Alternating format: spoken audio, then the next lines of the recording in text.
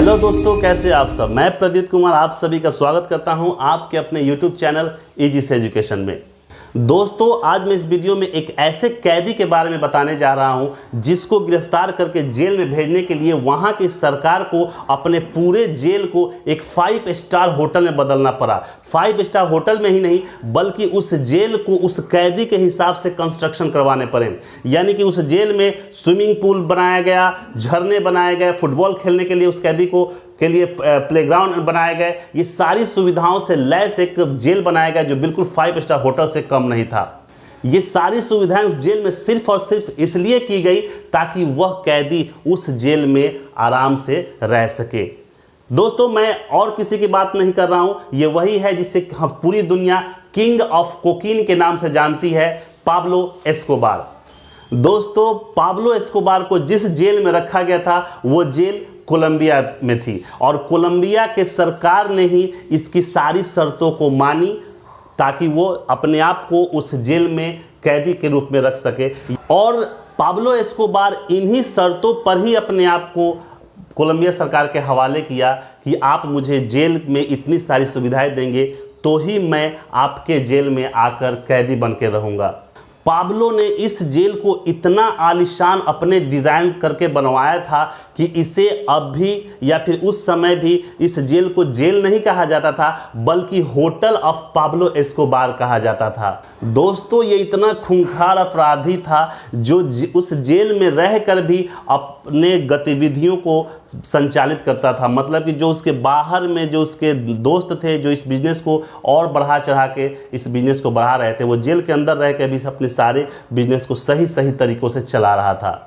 लेकिन दोस्तों, मैं एक बात आपको और बताऊं कि पाब्लो एस्कोबार जिस जेल में रह रहा था वह जेल के अंदर जितने भी कैदी थे वह उस कैदियों के बीच में बहुत ही फेमस था। वो उन कैदियों का बहुत हेल्प करता था, यानी कि अपने साथ उस आलीशान होटल में नुमा जेल में रखता था, उन्हें अपने जैसा ही सुविधा दिलाता था, जिसके चलते पाब्लो एस्कोबार जेल में काफ़ी फेमस हो गया था।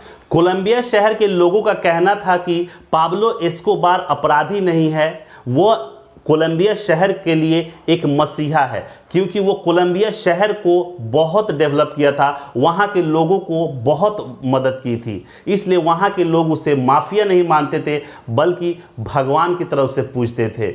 आज भी पाब्लो एस्कोबार कोलंबिया के जिस जेल में था उसकी यादों को सहेज कर, उससे जुड़ी हुई हर चीज़ों को सहेज कर वहाँ की सरकार ने अपने पास रखा है।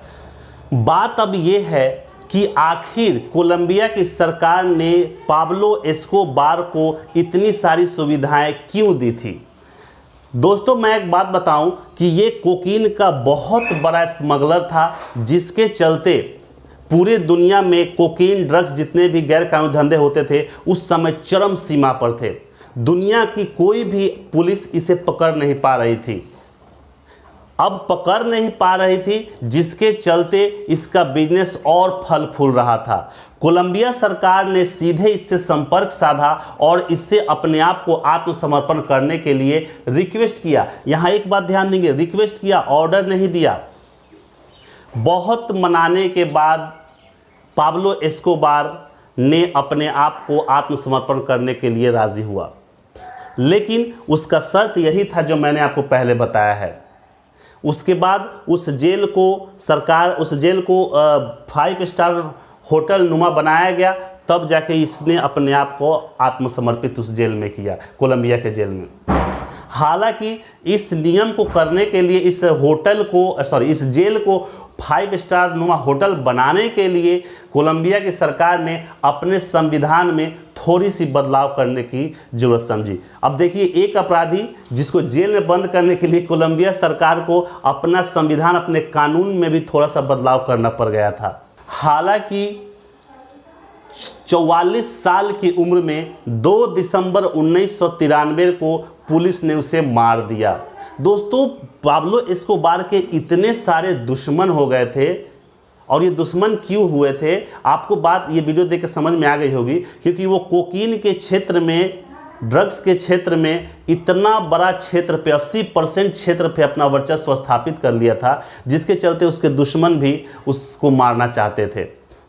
अब एक बात मैं आपको और बताऊं कि जब वो जेल में शिफ्ट हुआ, कोलंबिया के जेल में शिफ्ट हुआ, तो वहाँ के पुलिस को यानी वहाँ के सरकार को इसने स्पष्ट रूप से ये कहा कि आपके जेल में जो भी गार्ड्स होंगे वो आपके पसंद के नहीं होंगे, मैं जिसको बोलूँगा उसको आप उस जेल के गार्ड्स बनाएंगे, तब जाके मैं उस जेल में महफूज रह पाऊंगा, नहीं तो मेरे इतने सारे दुश्मन हैं कि मुझे जेल में भी मरवा सकते हैं। क्योंकि मैं जब पहले जेल में नहीं था तो स्वतंत्र था, कोई मुझे जब पुलिस कुछ नहीं कर पाती थी तो अपराधी भी कुछ नहीं कर पाते थे, लेकिन अब मैं इस जेल में बंद हो जाऊंगा तो मुझे अपराधी द्वारा मारा जा सकता है। इसलिए इस जेल को आलीशान नुमा ही नहीं बनाना है, बल्कि इसमें जो गार्ड्स होंगे वो मेरे हिसाब से ही रहेंगे।